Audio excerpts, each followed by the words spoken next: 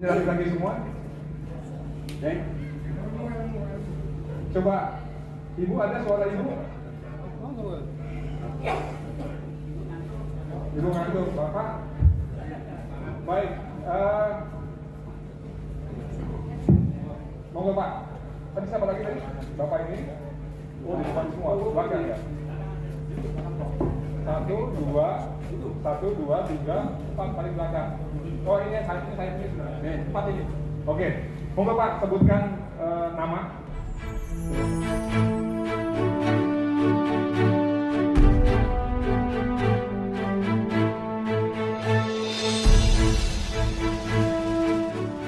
Terima kasih. Assalamualaikum warahmatullahi wabarakatuh. Nama saya Imam Sodik, diundang di sini kapasitas Ketua MPCNU Kecamatan Bulursari. Terima kasih atas waktu yang diberikan. Dan hari ini peserta dialog interaktif, berarti bukan tanya jawab ya Bapak ya. Artinya kita memang di sini dialog terkait dengan mengupas Pancasila yang judulnya hari ini adalah pembumian Pancasila. Terima kasih Bu Irin. Tadi sudah melepas sepatu, jenengan sudah mau membumi di Sukorno ini ya. Kan sudah melepas sepatu tadi. Karena bumi itu identik dengan desa Bu Irin. Kalau di desa itu di kota tidak, mereka menginginkannya hanya beton, keramik dan sebagainya. Kalau di desa kami juga harus masuk ke sawah dan sebagainya. Terima kasih. Jadi pembumian Pancasila. Kalau kita mengupas Pancasila, Bapak narasumber yang saya hormati dengan Ibu, Pancasila itu tadi yang saya sedikit ya, nggak pas yang dibahas kok tentang Pancasila yang ke-1, tentang ketuhanan yang Maha Esa dengan kerukunannya. Jelas Pak. Kami di Sukorno, di Bulursari ini sangat rukun sekali terhadap agama, kepercayaan dan sebagainya. Karena memang Nusantara ini dulu sebelum ada agama sudah masuk yang namanya kepercayaan, yang namanya agama Kapitayan kan gitu ya. Itu masih dalam Nusantara dulu. Setelah masuk Hindu, Buddha, Islam, dan alhamdulillah adat pun masih dipakai dengan caranya yang berbeda-beda. Itu satu ketuhanan yang Maha Esa jelas. Semua yang ada di sini adalah orang yang beragama dan pakai agamanya. Kecuali yang ateis biarkanlah pergi dari sini aja, yang ateisnya. Yang kedua, kemanusiaan yang adil dan benar. Ini yang perlu ditanyakan Pak. Adil itu harus menempatkan sesuatu yang pada tempatnya. Kami di bawah sudah menerima aturan dari pemerintah, sedangkan atas apakah sudah demikian? Maaf, hari ini dialog ya Pak, manusia ya, bukan tanya jawab. Jadi saya boleh menyampaikan menurut saya dan hati. Jadi suatu ketika juga harus ada judulnya penggedungan Pancasila. Tidak hanya pembumian, karena pembumian cenderung ke desa. Kami sudah jenengan tadi, alhamdulillah terima kasih sudah memberikan kami wawasan tentang hal-hal yang ada di desa kami. Tapi juga harus ada penggedungan Pancasila. Jadi ketuhanan yang kedua, kemanusiaan yang adil dan beradab itu belum Pak. Karena kami yang gini rasa keadilannya belum tercapai. Contoh aja petani boleh pupuk emel. Lah non sewu maaf ya. Lah ini kan kebijakan yang dari atas, bukan kami. Kami sudah menerima keadilan itu. Yang ketiga, Persatuan Indonesia. Kami dari NU punya prinsip selalu memegang tangan dengan mengatakan NKRI harga mati. Itu di NU. Jadi kalau tentang Persatuan Indonesia, NU kami juga punya dalam meskipun teman saya juga Muhammadiyah sama. Demikian. Kemudian yang keempat, kerakyatan yang dipimpin oleh hikmat jelas. Memang dalam suatu negara itu harus ada yang memimpin, kami yang dipimpin, termasuk Pak Kades harus memimpin desanya masing-masing sesuai dengan aturan yang ada. Kami bisa menerima. Yang kelima, keadilan sosial bagi seluruh rakyat Indonesia. Ini juga harus digedungkan juga Bapak. Karena rasa adil itu asalnya dari atas sana ke bawah. Kalau kami dalam hal memberikan keadilan kepada masyarakat sesuai porsi kami sebagai rakyat. Tapi yang ada adalah kebijakan di atas. Mohon. Makanya sini hanya minta saya dengan membahas 5 Pancasila tadi, salah satunya mohon ada yang namanya penggedungan Pancasila. Itu perlu sekali itu. Biarkan sis bahwa di dalam Pancasila itu tidak hanya ketuhanan yang Maha Esa yang terkait hanya kerukunan. Insya Allah kami di sini semuanya selama ini sudah rukun. Di sini ada dari kepercayaan ini ilmu sejati dulunya, ada Sabto Dharma, ada dari PJ Muhammadiyah, kami dari NU, FKUW ini hadir, Bapak Kades itu juga pembina-pembina di masing-masing wilayah. Kalau ketuhanan yang Maha Esa, insya Allah bisa kami jaga Pak untuk persatuan, untuk kerukunan umat beragama di seluruh Kecamatan Bulursari. Umumnya kami akan memberi contoh kepada Indonesia. Contohnya adalah Desa Sukorno di bawah Pak Azwari ya. Tapi untuk yang sila kedua sama kelima itu belum tercapai Pak, kita bahasa Indonesia karena kami sudah menjalankan kewajibannya hak kita apakah sudah terpenuhi. Mohon maaf karena ini dialog Pancasila interaktif, bukan tanya jawab. Maka mohon untuk masukan saya ini diperhatikan karena ibu yang dari pusat tadi untuk dibawa ke sana agar ada penggedungan Pancasila. Terima kasih. Assalamualaikum warahmatullahi wabarakatuh. Sedikit dengan pernyataan Mas Iwan ya. Maaf, nama saya Soleh. Kemudian kegiatan saya sehari-hari sebagai tukang becak, seorang biasa yang tidak pernah sekolah. Jadi kalau nanti bahasa saya ini salah, tolong dimaafkan. Pertama saya ingin membahas tema pembumian Pancasila. Saya tadi terkejut. Ya karena saya memang tidak bisa berbahasa Indonesia. Mungkin saya salah. Saya cenderung tadi otak-atik kosakata bahasa pembumian, orang mati dikebumikan. Ini cenderung didedekne gitu loh. Dikubur, dimatikan. Oh begini kata mateni Pancasila begini gitu. Ya. Terus dari itu saya mengamati dari narasumber 1, 2, 3 yang diangkat adalah Pancasila. Tapi yang dibahas kok hanya budaya. Pancasilanya hampir tidak diangkat kecuali tadi yang disampaikan. Hanya otak-atik kepada kebudayaan dan kerukunan. Itu. Yang ketiga, mestinya kalau mengangkat tema Pancasila, ini menurut saya yang nggak sekolah loh ini ya, kudune narasumbernya ada unsur agama biar menjadi pembanding, karena Pancasila tidak bisa dipisahkan dengan agama, terutama sila ketuhanan yang Maha Esa. Tuh. Selanjutnya tadi saya sampaikan, ini memang betul yang perlu belajar itu sebenarnya orang di Jakarta. Jadi pas kalau Jakarta datang ke Sukoro itu betul Pak Tinggi. Belajarnya di mana? Bla bla bla bla mengungkap Pancasila. Tadi sudah sampaikan. Apakah betul keadilan sosial sudah dilaksanakan oleh orang Jakarta? Kemanusiaan yang adil dan beradab, keadilan sosial bagi seluruh rakyat Indonesia. Apa betul itu sudah dilaksanakan? Masalah kerukunan saja tadi. Apa sudah betul para pemimpin-pemimpin itu sudah mentalaudani keturunan itu sendiri? Kerukunan itu cenderung dilaksanakan oleh orang-orang bodoh seperti kami. Jadi tolong, jadi pembelajaran dan pentauladanan ini kalau memang cocok untuk. Kemudian yang selanjutnya ya, tentang Pancasila itu sendiri, tadi Mas Iwan menyinggung di Orde Baru, maaf Mas Iwan, sebaiknya orang bijak itu tidak perlu mengungkit sesuatu yang sudah lalu, karena pemerintahan ini dari era ke era punya kebijakan masing-masing dalam mengelola negara, memproduk. Kalau dicari benarnya, banyak benarnya. Kalau dicari salahnya, ya ada salahnya. Tadi Mas Iwan menyampaikan hanya di doktrin hafalan. Maaf, kami yang kebetulan bangsa Indonesia yang dari umat Islam, sama saya orang Nahdliyin, di pondok Nahdliyin itu budaya hafalan menjadi suatu kewajiban dan bukan doktrin. Karena dengan hafalan santri memahami dan mencerna ilmu pengetahuan. Jadi maaf, kalau hafalan itu dinafikan, kami kurang sepaham. Pondok itu tradisi hafalan, bukan tradisi hitung-hitungan, bukan. Dan itu bertahan sampai hari ini.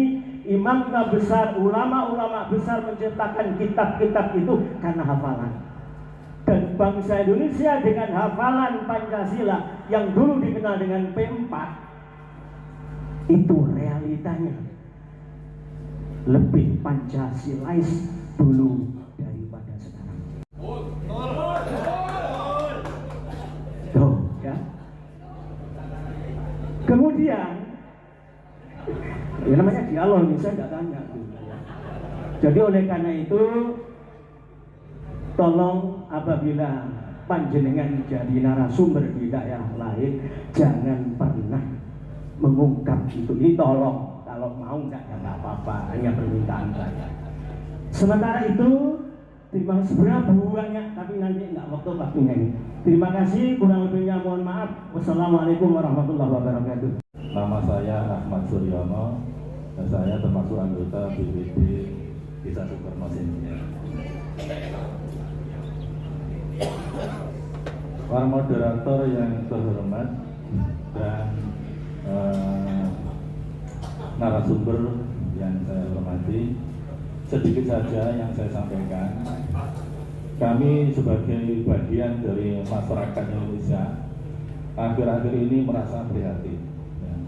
Kaitannya dengan dasar negara kita Republik Indonesia, yaitu Pancasila. Ini khususon pada Ibu Iren karena beliau termasuk dari BPIP.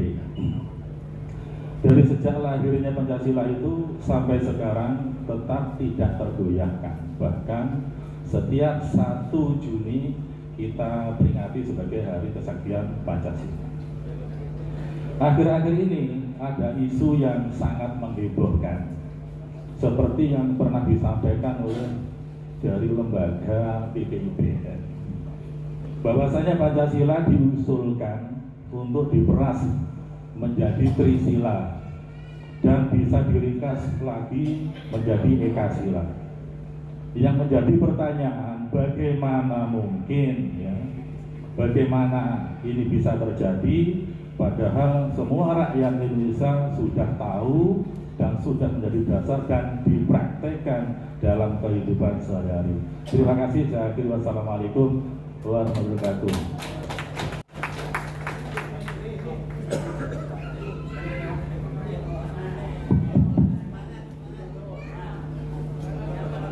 Bismillahirrahmanirrahim. Assalamualaikum warahmatullahi wabarakatuh. Nama saya Sukamto Waradowo Yerajenda dari pimpinan cabang Muhammadiyah. Terus terang saja Pak, apa yang disampaikan terdahulu itu saya sejalan, dan juga tadi sudah disinggung bahwa Pancasila itu menjadi dasar negara. Yang saya mohonkan dan tidak berubah, Pancasila ini menjadi dasar hukum yang pertama dari segala hukum yang berlaku di Negara Kesatuan Republik Indonesia. Ini pertama. Kedua, sesuai dengan pasal 29 baik ayat 1 ayat 2 itu ayat 2 utama, ayat pertama bahwa, ayat kedua bahwa negara menjamin setiap penduduknya untuk memeluk agamanya masing-masing dan untuk melakukan ibadah sesuai dengan agamanya dan kepercayaan masing-masing. Alhamdulillah, kalimat pasal 29 mungkin Pak Ali hadir,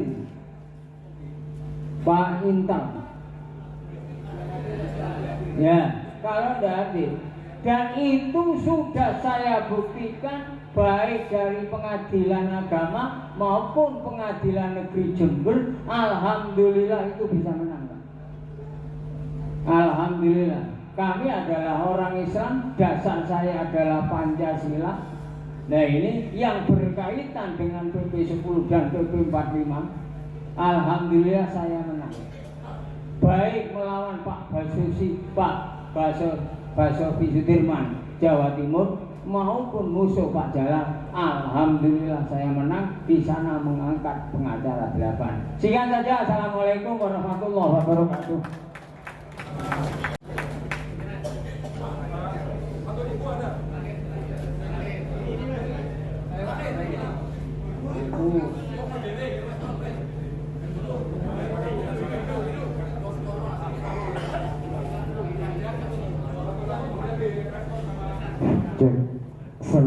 warahmatullahi wabarakatuh.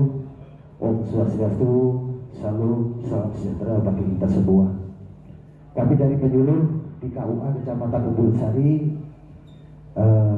kami seorang penyuluh yang terjun ke tengah-tengah masyarakat, ke suatu lembaga-lembaga pendidikan.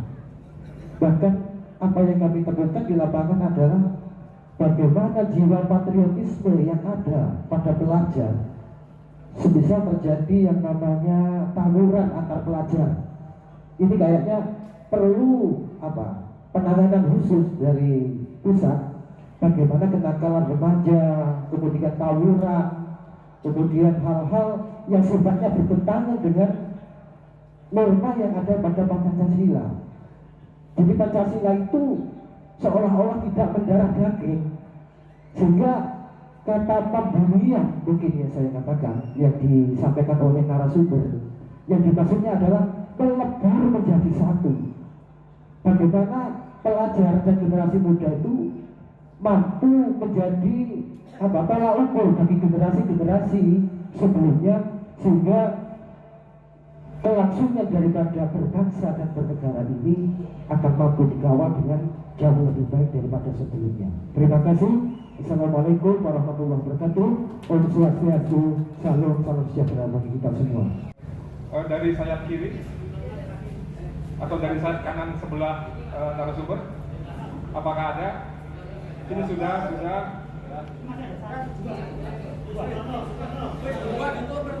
Pak direspon dulu. Respon dulu aja ya. Sudah ambil mas. Oke. Baik, siapa dulu mau merespon?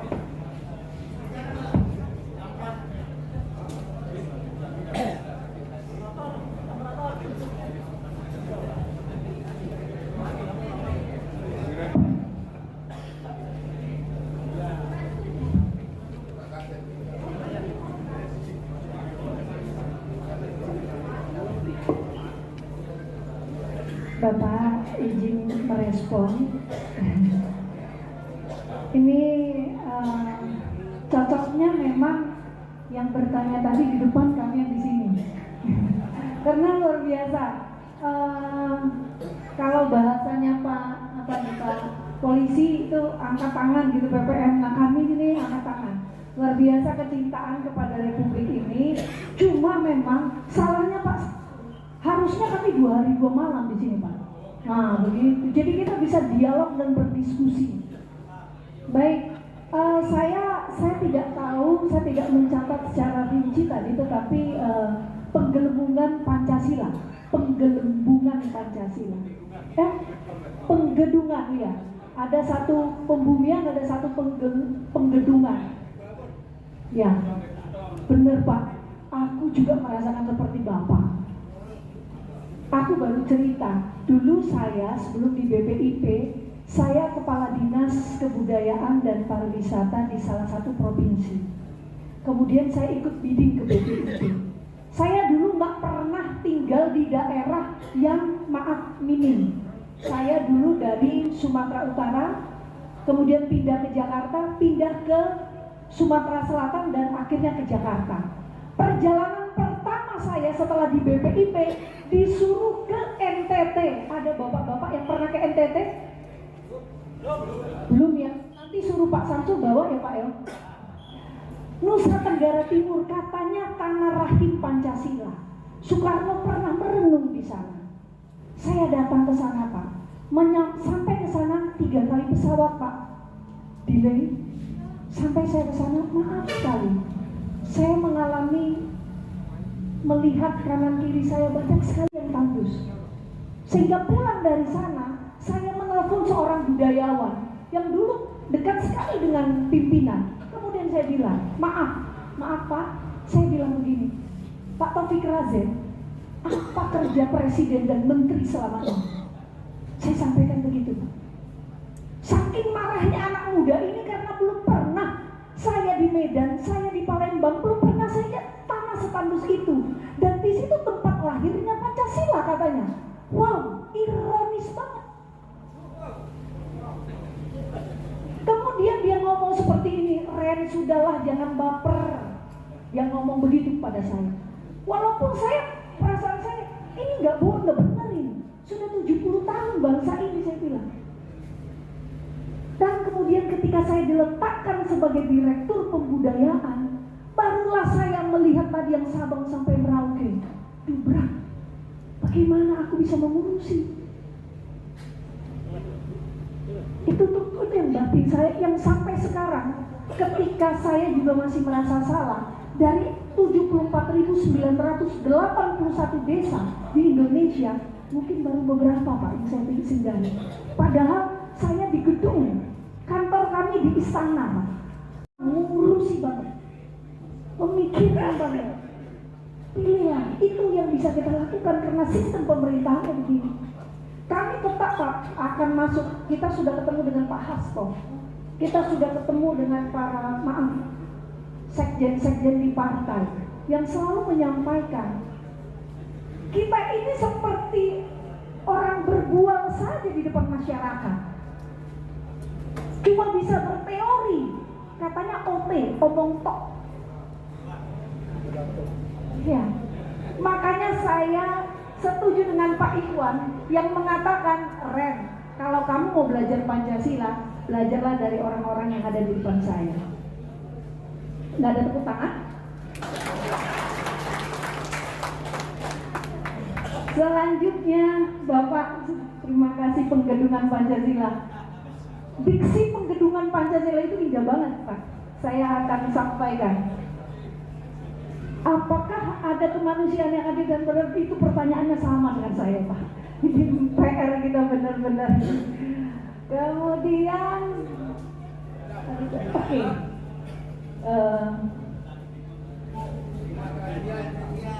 Dasar negara ya.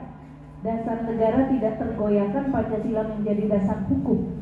Memang Pak, Pancasila adalah sumber dari segala sumber hukum. Tapi selama ini, maaf Pak Polisi, selama ini itu cuma di buku tulis kita, di undang-undang kita, yang selama ini ditutup oleh masyarakat. Kamu ketika kamu melakukannya, kebetulan kami satu kantor dulu dengan Prof. Mahfud. Kebetulan kami sering berteman dengan Pak Andrianus Meliala, seorang kriminolog dari UI, dan kami selalu mengatakan, Pak, tidak usah kita menyampaikan bahwa Pancasila adalah sumber dari segala sumber hukum kepada masyarakat. Malu kita Pak, yang belum benar kita kok. Serius. Mungkin Pak Syamsul, kalau Pak Syamsul ingat, kita pernah dikumpulkan oleh Kemenko PMK tentang, maaf teman-teman penghayat kepercayaan, dipedes. Kemudian saya bilang, saya sudah berkali-kali datang ke sini, kemudian kita bagaimana solusi dan lain sebagainya. Orang yang nggak bekerja itu kita kok, orang kita yang takut kok. Undang-Undang 45 pasal 28 tadi sudah menyampaikan kebebasan memeluk agama dan kepercayaan. Yang itu kan kita. Ngapain harus ada tes kalau yang tidak melaksanakan kita? Betul. Tapi apa yang dilakukan Pak Syamsul ini adalah supaya saya bisa belajar, Pak. Setidaknya Pak, izin Pak, setidaknya kami yang ada di sini, yang saat ini diberikan kekuasaan sekecil porsi kami, bisa berpikir, kalau saya memulai wewenang saya akan memberikan anggaran, memberikan kebijakan yang memang benar-benar untuk masyarakat. Itu yang kami pikirkan. Dan saya ngomong, dulu waktu saya kepala dinas, maaf Pak Syamsul, bisa disampaikan sama Pak Dirjen, Pak Hilman Farid. Saya orang yang marah kepada beliau karena setiap saya undang beliau tak datang. Saya bilang sama Pak V, 6:30 saya ada di ruangan dia, saya tunggu. Saya bilang begini, Pak V, kalau Bapak diundang oleh pemerintah tidak pernah hadir, Bapak cuma hadir ke teman-teman pelaku budaya, Bapak cuma hadir di teman-teman komunitas. Kapan kebudayaan ini selesai, Pak? Yang harus dirubah otaknya itu adalah PNS, saya bilang. Benar, Pak? Kepala bapedanya saja nggak memiliki hati budaya. Ketawa, Pak Kay. Akhirnya jadi kompak. Pak, yang harus kerahkan itu bukan orang-orang pelaku budaya, itu udah selesai sama mereka. Tapi kami ini loh Pak, saya kepala dinas, saya itu S1 saya pemerintahan, S2 saya pendidikan, S3 saya pemerintahan, nggak ada kebudayaannya Pak. Gak ngerti. Kepala Dinas Kebudayaan Provinsi Sumatera Selatan orang Batak Tulen. Hah? Iya.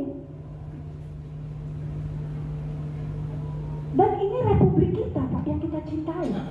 Ini faktual di lapangan. Faktual di lapangan.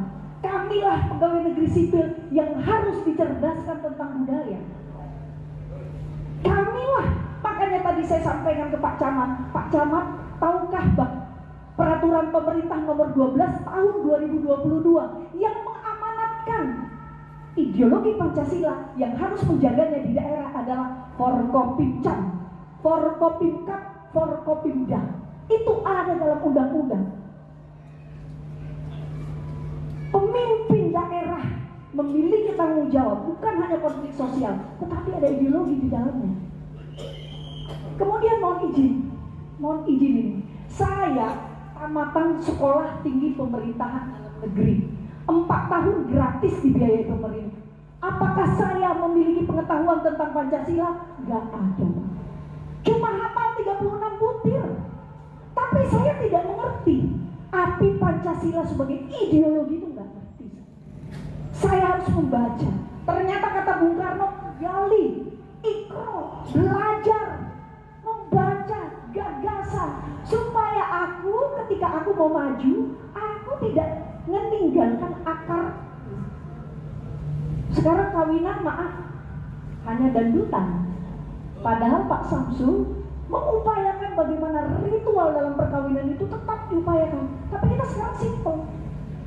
20 tahun ke depan apakah kita masih melihat ada Raja Parhata di dalam perkawinan orang Batak? Mungkin tidak lagi. Karena sudah simpel. Sudah yang penting gampang. Padahal ada pelestarian dan penyelamatan. Jadi ketika Indonesia menginginkan Pancasila sebagai dasar negara dan sumber dari segala sumber hukum, memang sebenarnya kamilah orang yang harus menegakkannya terlebih dahulu, sehingga mata masyarakat bisa melihat bahwa keadilan itu harus datang menjadi teladan. Kalau dulu kita melihat, cuma ini PR-nya Pak Samsul ini. Baik, mungkin terakhir sebelum dijawab, kenakalan remaja Pancasila tidak mendarah daging. Betul Pak. Yang tadi 23 tahun kita kehilangan narasi Pancasila dari publik, kita hilang. Maaf kalau saya bilang bicara sensitivitas beragama, kita sekarang tinggi sekali. Kalau dulu kita zaman Pak Gus Dur, saya bangga sekali dengan beliau. Bagaimana perbedaan antara ulama dengan Romo, kita saksikan sampai bukunya pun ada. Mati ke cara Gus Dur. Tapi sekarang sensitivitas itu tinggi sekali. Kita takut. Apa-apa kita takut, apa-apa kita sensi. Nah ini perubahan yang terjadi, yang memang harus kita sikapi bersama. Mungkin itu dari saya, tambahan dari Pak Samsul dan Mas Iwan.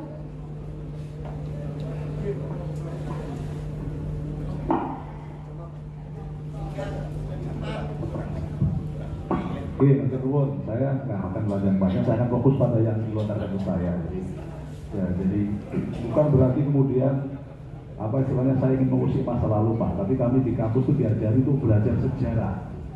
Ada mata pelajaran, ada prodi atau jurusan namanya sejarah. Kita belajar masa lalu untuk memetik pelajarannya. Nah itu, maka kemudian tadi saya bilang zaman dulu penataran P4 saya mengalami dari desa sampai kuliah di Jember di penataran P4. Tapi apakah kemudian saya hafal betul-betul Pancasila? Saya nggak hafal. Meskipun dulu SMP saya hafal melontok. Artinya apa? Yang ingin saya sekarang sebenarnya bukan pada mengusik zaman dulu menjelaskan enggak, tapi mari kita belajar. Ternyata model pembelajaran Pancasila seperti itu kurang sesuai dengan anak-anak sekarang. Maka mungkin yang lebih bagus adalah misalnya begini, anak-anak kita ajak misalnya bagaimana sih orang-orang desa itu bermusyawarah. Itu silakan Pak. Bagaimana kemudian kita bicara keadilan? Suruh bertanya misalnya ke para petani. Ya, apakah mereka sudah berdasarkan keadilan itu? Tadi Bapak sudah bilang itu kan. Ya, saya juga petani jeruk Pak di Semboro. Ya, saya juga, Bapak saya Ibu Lamongan juga petani padi di Lamongan. Ngerasakan benar ketidakadilan itu, harga pupuk melambung, susah nyarinya. Nah, ini yang harus kita kemudian kita ajarkan. Oh, ternyata keadilan itu masih jauh dari harapan. Bukan berarti nggak ada loh ya, bukan berarti nggak ada. Ada, tapi harus kita perjuangkan bersama-sama. Lah, masyarakat kita juga harus mulai berani kritis istilahnya itu, harus sudah berani menyuarakan tadi itu. Ya, jadi seperti itu Pak. Jadi kenapa kemudian saya bilang model yang lalu itu monggo, kalau ada yang menurut tadi Bu Irnu bilang masih ada yang sudah doktrin, nggak apa-apa. Tapi mari kita cari juga alternatifnya. Ya, alternatifnya.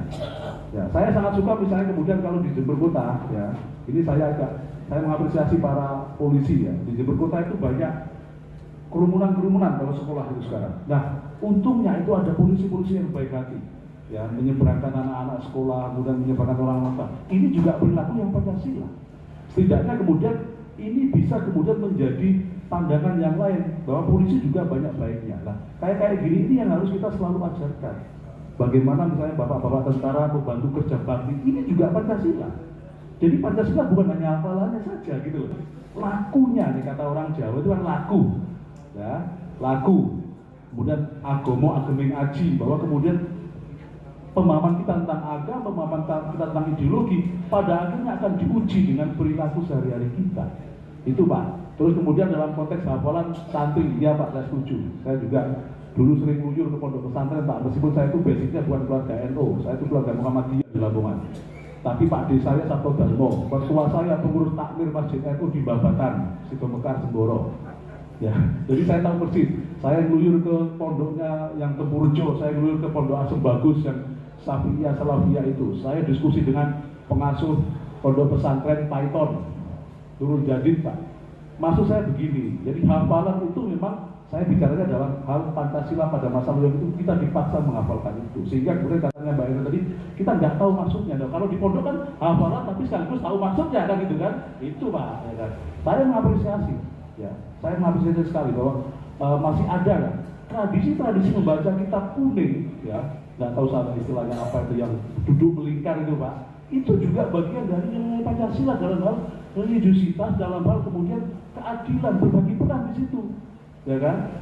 Apakah kemudian kalau kemudian Pak Ustadznya, Pak Kiainya itu ngajari itu kemudian dia menjadi penguasa? Ya tidak, karena memang porsinya di situ.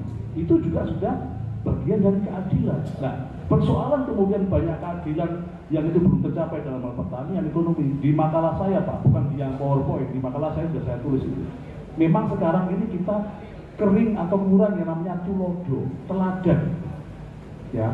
Kita kemarin digemparkan bagaimana kemudian terjadi kejahatan-kejahatan yang luar biasa, pelanggaran HAM, kemudian masih banyak kesusahan-kesusahan. Nah, itu memang kita mendapati itu sebagai sesuatu yang mengerikan, menyedihkan. Tapi sekali lagi jangan pesimis.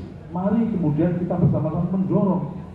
Ya, mendorong terus, kita bilang ke Pak Camat, kita bilang ke Pak Bupati kalau memang ada kunjungan, Pak Bupati kita butuh ini, kita butuh ini. Harus kita biasakan berani ngomong seperti itu. Jadi biar kemudian pemerintah juga paham bahwa masalahnya seperti apa, dan itu juga bagian dari Pancasila. Saya sepakat itu, dan istilah penggundangan itu saya catat Pak, itu menarik. Artinya emang pembumian Pancasila atau pengejawantan atau penerapan Pancasila itu bukan hanya untuk orang-orang desa, bukan hanya untuk para siswa, tapi juga para elitnya. Ini yang harus kita sadarkan. Anda bayangkan, ada judulnya buku Negara Paripurna, itu membahas Pancasila secara luar biasa. Saya bayangkan kalau Republik ini, aparat negaranya, ya dari elit pemerintahan sampai ke bawah itu menerapkan Pancasila 80% saja. Saya kok membayangkan kesejahteraan yang luar biasa pada itu. Korupsi itu kan bertentangan dengan Pancasila kan? Sepakat kita kan? Nah, seandainya kemudian para pejabat yang disumpah dengan kitab suci, yang disumpah dengan akan setia kepada Pancasila itu benar-benar menerapkan, yang nggak akan ada Pak. Ya. Kemiskinan yang jomplang, yang kemiskinan yang masih tinggi. Nah, itu yang kemudian harus kita suarakan. Saya matur nuwun ya. Bapak-bapak semuanya sudah kritis sekali, dan ini memang saya harapkan. Ya, Ini yang kita harapkan agar kemudian ada dialog interaktif. Ini namanya dialog interaktif. Jadi kami nggak menjawab pertanyaan, tapi Bapak semua memberikan kami masukan, kemudian menjelaskan apa yang ada di sini, permasalahan apa yang ada di sini, sehingga kemudian nanti Pak Samsul, Bu Irene, sampai di Jakarta bisa matur kepada pimpinannya bahwa kita butuh ini, ya, kita butuh ini. Jadi seperti itu. Nah, terus persoalan tadi masalah Pancasila menjadi Trisila, jadi Ekasila Pak ya. Nah, itu memang ada konteksnya Pak Irene ya, ada pembahasan undang-undang. Tapi memang itu dulu Bung Karno itu ketika ditanya, ya, Bung Karno ketika ditanya, kalaupun kemudian Pancasila itu harus kita peras, ada Trisila. Ya. Kalau kita peras lagi, ada Ekasila. Apa Ekasila? Gotong royong. Gotong royong ini yang kemudian menjadi cita-cita luhur bangsa kita sebenarnya. Karena kemudian gotong royong sudah mulai luntur dari pemerintah. Artinya apa? Yang terjadi yang begini ini. Nah, kalau gotong royong itu kan musyawarah, mufakat, bekerja bersama. Nah, harapannya seperti itu. Jadi tidak kemudian dalam rangka memeras sampai menjadi Ekasila, tapi ada tawaran-tawaran. Tapi kayaknya beliau nanti akan menjelaskan ya. Tapi itu yang bilang seperti dulu Bung Karno ketika kemudian misalnya kita peras-peras gitu. Tapi Bung Karno tidak mengatakan bahwa Pancasila harus dirubah, tidak. Tetap Pancasila. Itu seandainya. Jadi tembung seumpama itu kan belum tentu kejadian. Contohnya, kemudian dia menyampaikan gagasan. Ini gagasan yang disampaikan. Dia setelah menyampaikan nilai kebangsaan sampai kepada ketuhanan, kemudian dia menyampaikan kepada forum. Kalau panjenengan semua merasa 5 itu terlalu banyak, maka kita bisa memerasnya menjadi 3. Kenapa? Dia sampaikan intinya bahwa ada sosionasionalisme. Apa sih sosionasionalisme?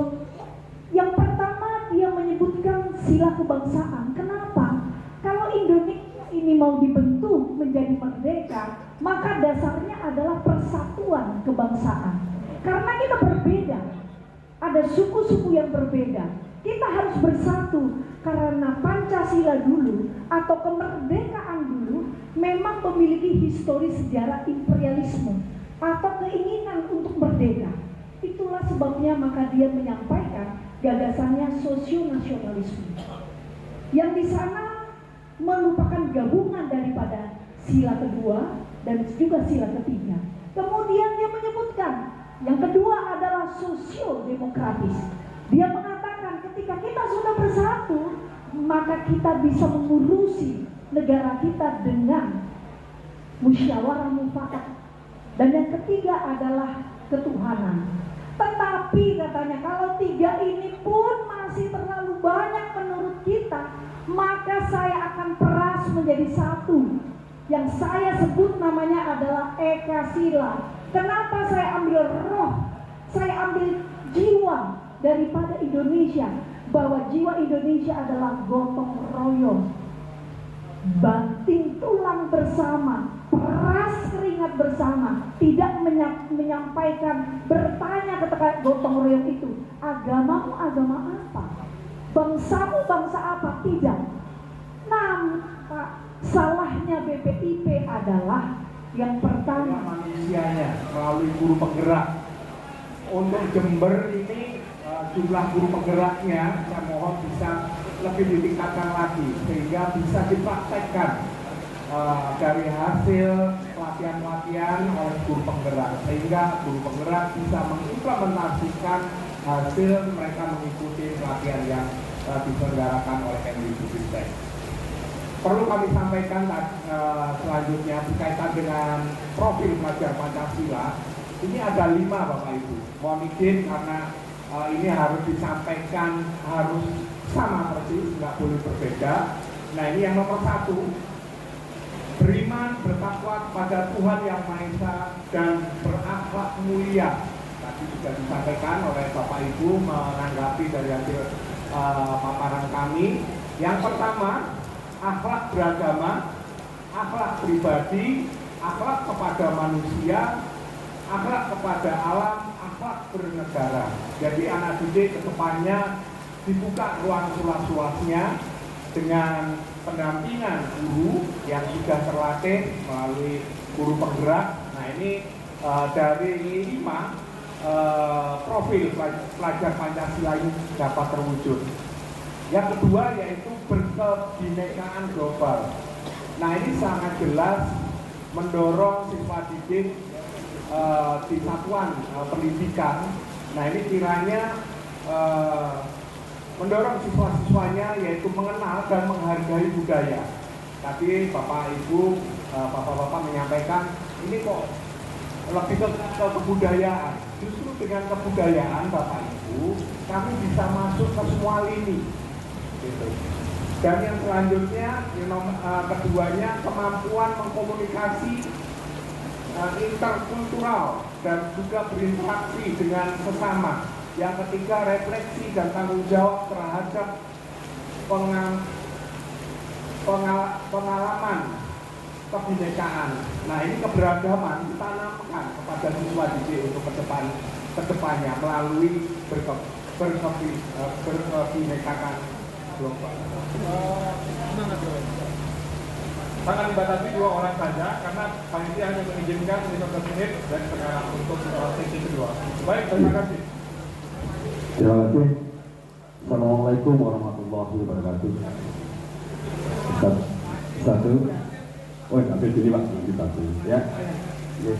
Terima kasih kepada 3 narasumber yang kami banggakan, baik dari Direktorat Kebudayaan Kebetulan Yang Maha Esa, kemudian dari budaya, dan yang satu dari BPIP.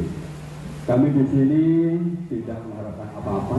Terima kasih karena di sini intinya adalah pembumian Pancasila, tidak usah ditafsirkan yang macam-macam, Pak ya. Ya. Nanti kalau ditafsirkan yang macam-macam, saya juga akan menafsirkan yang lain juga. Pembumian Pancasila di Balai Desa Sukorno. Ya. Tapi saya mengharapkan di Desa Sukorno. Artinya mari kita kembangkan. Bagaimana upaya kita adalah untuk milenial. Kalau yang peserta hari ini yang jelas Pancasila semua. Tapi gimana untuk langkah Pancasila biar lebih dalam kepada anak didik dan generasi penerus? Makanya saya minta 3 Pak, boleh kan minta ya dari dinas Direktorat Pusat, nanti tolong juga kami diberi, dari budaya kami juga diberi, kemudian dari ideologi saya juga minta diberi. Ideologi dulu, biar tidak omong doang tuh. Lek omong kok berjujur balik meneh seperti dulu P4 apalan, tapi itu bagus. Karena sudah menghafalkan pasti penghayatan ada, lagi-lagi pengamalan. Tapi untuk sekarang, di era sekarang itu agak susah. Makanya terima kasih sekali. Pembumian Pancasila hari ini 3-tiganya sinergis. Ya, antara budaya, kemudian ideologi berjalan semua. Ya. Dari ideologi itu saya mohon, kalau penanaman terhadap generasi penerus, itu yang perlu adalah kita bentuk yang realita dulu. Karena sekarang budaya di rumah-rumah masyarakat, namanya lambang negara kita Garuda Pancasila sudah tidak ada. Nah itu kita pertama monggo ya, kita kenalkan lagi di rumah-rumah ya. Kemudian yang kedua Bu, karena di desa ini sudah menjadikan basis sentral belajar bisa Pancasila Bhinneka Tunggal Ika yang sudah dilaksanakan secara otomatis tanpa settingan di desa ini adalah alami. Kami memohon karena fisiknya juga jenengan tinggalilah. Kami tolong diberi apa ya istilahnya stimulan untuk membangun monumen Pancasila yang lumayan besar. Ya. Monumen Pancasila yang lumayan besar. Monumen Pancasila yang lumayan besar. Ya. Karena kami punya tanah adat atau tanah situs, tanah peninggalan. Alangkah itu menjadikan satu pendidikan yang baik bila ada monumen yang luar biasa. Minta stimulannya Bu, ya, disebut birolah. Ya, oke. Kemudian yang kedua untuk Kang Masku, Mas Ikhwan, halo. Ya, karena dari budaya tadi jenengan sudah menjanjikan kalau ini budaya untuk apa? Ya apa untuk menamakan Pancasila terhadap anak-anak generasi penerus kita. Sama tadi menyinggung wayang di otakno. Ya dulu nenek wayangnya kayak orang gamelane. Tapi aku tidak agamis. Saya minta karena saya orang Jawa, aku orang Jawa tak njaluk gamelane. Ya dari budaya. Kemudian dari Direktorat Ketuhanan Yang Maha Esa, luar biasa hari ini di Sukorno menjadikan satu momen yang bisa melejit bersamaan dengan ogo-ogo, kemudian aliran yaitu yang sudah diresmikan kepercayaan itu sudah luar biasa di sana, intinya nanti resmikan di sana oke, karena tidak berbadan hukum. Terima kasih. Itu yang dapat kami sampaikan. Kurang lebihnya saya maaf. Assalamualaikum warahmatullahi wabarakatuh. Assalamualaikum warahmatullahi wabarakatuh.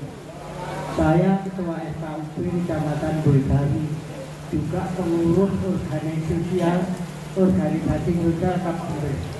Ini beberapa kali kami ke anggota, semuanya ini titip untuk dimasukkan oleh Ibu Bapak ke Jakarta, bahwa urutan dari keadilan sosial bagi seluruh rakyat Indonesia menyambungkan Undang-Undang Dasar 45 pasal 34 bahwa orang-orang fakir miskin dan anak terlantar menjadi tanggung jawab negara.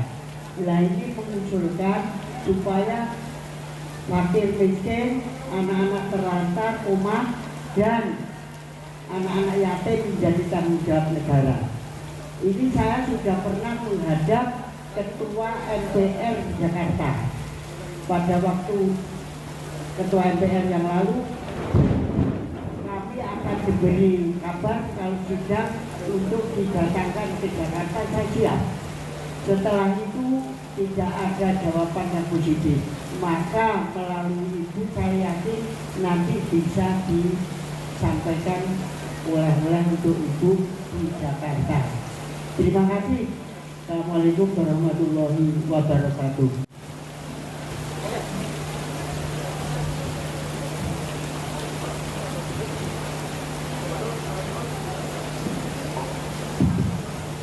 Baik, saya ingin menanggapi berkaitan tidak omong doang, bukti konkret. Yang kebudayaan ini dulu ya. Untuk upaya percepatan pemajuan kebudayaan pada generasi muda, Pak Hilmar selaku Dirjen kami, gitu ya, Dirjen Kebudayaan sudah melaksanakan secara konkret mendorong para generasi muda untuk kreatif melalui dana abadi kebudayaan. Nah, untuk ragam bantuan yang ada nanti hubungi Pak Camat. Saya sudah kirim Pak Camat. Ya, jadi kami tidak ngomong doang. Gitu. Jadi dalam rangka memulihkan Pancasila, mendorong generasi muda untuk kreatif dan inovatif. Nah, Pak Hilmar mendorong. Karena ini memenuhi amanat Undang-Undang Kemajuan Kebudayaan. Nah, kembali lagi. Saya titip kepada Bapak Ibu sekalian, Kabupaten Jember belum dibentuk PPKD. Nih, tanpa ada PPKD, nah ini harus gerakan bersama. Gitu. Saya sudah bicara dengan Pak Bupati dan kemarin Pak Kadis Pariwisata sudah menyampaikan progresnya. Nah ini tolong dikawal, karena ada ketentuan kabupaten yang tidak ada PPKD. Itu untuk program-program kegiatan Pak ya, kalau yang bantuan itu tetap ada. Nah itu prioritasnya yang paling belakang. Nah, justru memprioritaskan pemda-pemda yang memiliki PPKD dan memberikan perhatian lebih kepada bidang kebudayaan. Saya melihat Kabupaten Jember untuk desa-desanya dilihat kebudayaannya sangat kuat. Hal ini kiranya bisa direspon oleh OPD bidang kebudayaan dan pariwisata, sehingga perspektif ke depan Jember sebagai kabupaten dan sekaligus sebagai kabupaten yang berbasis kebudayaan untuk kedepannya. Saya melihat saat era Pak Abdul Hadi, pasti bapak-bapak yang struktural saya pasti pernah mengalami ke pemerintahan Pak Bupati Pak Abdul Hadi. Mereka akan mendorong kebudayaan kita banyak sekali saat ini mengalami penyurutan, gitu, surut. Nah ini perlu didorong. Upaya-upaya ini dengan apa? Dengan kami memberikan stimulus melalui fasilitasi bidang kebudayaan, dana Indonesiana. Nah disitulah ruang itu kembali lagi kepada generasi muda yang inovatif, kreatif, segera mengajukan. Nanti nominalnya juga ada jelas di situ. Nanti minta Pak Camat. Terus yang selanjutnya kepada Pak Haji nanti akan saya sampaikan, khususnya yang dukungan penganggaran dari SKUB. Kebetulan kepala SKUB Pusat Kerukunan Umat Beragama Pak Wawan gitu, mendorong kabupaten tiap-tiap kabupaten mengalokasikan dana untuk berkegiatan di SKUB. Nah ini kiranya untuk Kabupaten Jember, nah ini dari pengurus SKUB melalui komandannya kepala SKUB itu ketua SKUB Kabupaten Jember mendorong secara bersama-sama meningkatkan eksistensi dalam rangka kerukunan umat beragama. Monggo silakan membangun menyelenggarakan kegiatan-kegiatan, juga menggandeng kadang kita dari warga pengayaan kepercayaan. Jadi saya sepakat memang kadang-kadang dulur-dulur, ibu-ibu yang itu menjalani kesenian dan sebagainya itu luar biasa. Ya, itu ada semua Pak, sila-sila manusia itu. Cuma emang masalahnya mau kita apakan gitu kan? Nah, kalau itu urusan dana Pak, tadi Pak Samsul sudah matur. Ya, kita kurangnya Jember itu kita nggak punya namanya dokumen pokok-pokok pikiran kebudayaan daerah atau disingkat PPKD. Di dalam undang-undang kemajuan kebudayaan, jadi sudah punya undang-undang kita juga. Jadi tadi saya bilang, dasarnya kuat untuk kemajuan kebudayaan desa itu undang-undang itu. Di undang-undang itu diamanatkan bahwa setiap pemerintahan kabupaten kota wajib mengirimkan dokumen PPKD ke Jakarta. Nah, dokumen yang dikirim itu nanti menjadi landasan ya kementeriannya Pak Samsul itu untuk memberikan bantuan Pak. Jadi kalau ada event, ada kebutuhan kebudayaan bisa dibantu. Nah sayangnya Pak, ini saya cerita ya, biar saya dari anak Ondo, zamannya Bupati Pak Ida, saya dan tim dari Fakultas Ilmu Budaya Universitas Jember 2018 sudah membuat draft PPKD Kabupaten Jember. Saya sodorkan ke Dinas Pariwisata dan Kebudayaan. Sampai Pak Ida berakhir masa jabatannya, saya nggak tahu nasibnya. Padahal kami juga nggak minta bayaran Pak, bisa dicek ke dinas itu. Karena cinta kami terhadap Jember, kami ingin, karena saya nyuyur Pak orangnya, saya suka nyuyur di desa-desa ya. Saya ingin para seniman desa itu menjadi perhatian negara. Makanya kami buatkan itu. Dan dilalah itu belum juga diproses sampai Pak Ida berakhir. Zamannya Pak Hen, saya minta bantuan Pak Samsul. Pak Samsul tolong ditegur Pak Bupati. Dia sudah diproses juga. Semoga juga bisa kelar. Saya takutnya sampai Bupati yang ini berakhir masa jabatannya belum kelar juga lah. Cilaka lagi yang kita dan sebenarnya menurut saya Pak Samsul ini asetnya Jember. Ya kita harus bangga punya direktur di Jakarta yang ngurusi masalah itu. Nah masalahnya adalah pemerintah Jember sepertinya harus proaktif dan progresif dalam menyiapkan dokumen-dokumen itu Pak. Saya yakin Pak Samsul nggak akan pernah di Wilayah Jawa kalau ada proposal dari Jember ke sana. Nah sayangnya dokumen itu belum nyampe ke kementerian. Jadi mari kita dorong terus ya. Jadi kalau bapak-bapak ketemu orang dinas pariwisata budaya, tanyakan aja nggak apa-apa. Pak, Bu, bagaimana verifikasinya? Siapa tahu nanti dengan digerebengi para seniman, mereka jadinya kemudian bertugas untuk menyelesaikan itu. Saya pikir tambahan dari saya seperti itu Pak. Yang pasti begini ya. Mungkin di komunitas-komunitas itu juga anak-anak muda saya yakin semangatnya luar biasa. Integrasi, anak-anak jalanan, reok, kemudian para pengrawit, wayang, itu luar biasa. Saya emang selama ini memang kemudian terkesan negara kurang perhatian. Nah, negara kurang perhatian tadi itu penyebabnya. Ternyata ada yang kurang, dokumen kita kurang. Makanya jangan salahkan kemudian kementerian Mas Samsul karena sudah memberikan dana yang sangat besar. Ada dana abadi kebudayaan 5 triliun lebih, betul ya? 5 triliun lebih dana abadi kebudayaan. Itu bisa digunakan. Asalkan kabupaten punya dokumen PPKD. Jadi gitu. Terima kasih. Assalamualaikum warahmatullahi wabarakatuh. Nah ini nanti di 2023 akan dibuka kembali. Monggo nanti Bapak Ibu yang punya putra putri yang sudah lulus S1 namun putra putrinya ingin melanjutkan sekolah antropologi, sekolah tentang seni dan kuliah tentang kebudayaan. Monggo nanti Direktorat Jenderal Kebudayaan melalui dana LPDP akan memberikan fasilitasi biaya siswa atau ada yang ingin belajar ke luar negeri juga ada beasiswa luar negeri di bidang kebudayaan. Semuanya ditanggung pemerintah, gratis. Waktu seleksi juga nggak ada bayar. Mungkin itu sebagai informasi terakhir dari Kementerian Pendidikan, Kebudayaan, Riset, dan Teknologi. Terima kasih. Assalamualaikum warahmatullahi wabarakatuh. Di sini kami atas nama pemerintah desa hanya satu, Pak. Langsung ke beliaunya Pak Samsul. Langsung saja. Karena Sukorno sudah bisa mewujudkan dan membuktikan, sudah jelas sudah menjadi desa Pancasila. Dan Sukorno sudah identik dengan budaya. Karena saya masih ingat wanti-wanti Gus Dur, jangan hilangkan kebudayaan. Al-Mauzirah, presiden kita yang berapa itu? Gus Dur.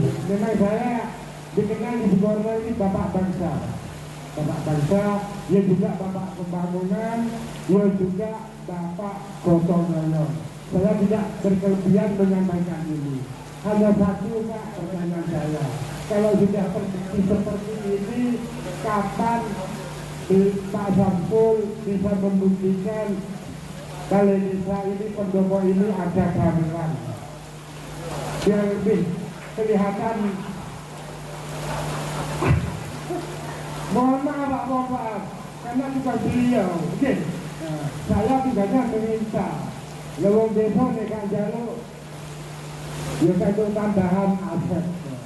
Jujur, tapi bukan untuk Haji Hoiri pribadi, bukan untuk kepala desa pribadi, untuk masyarakat desa Sukorno.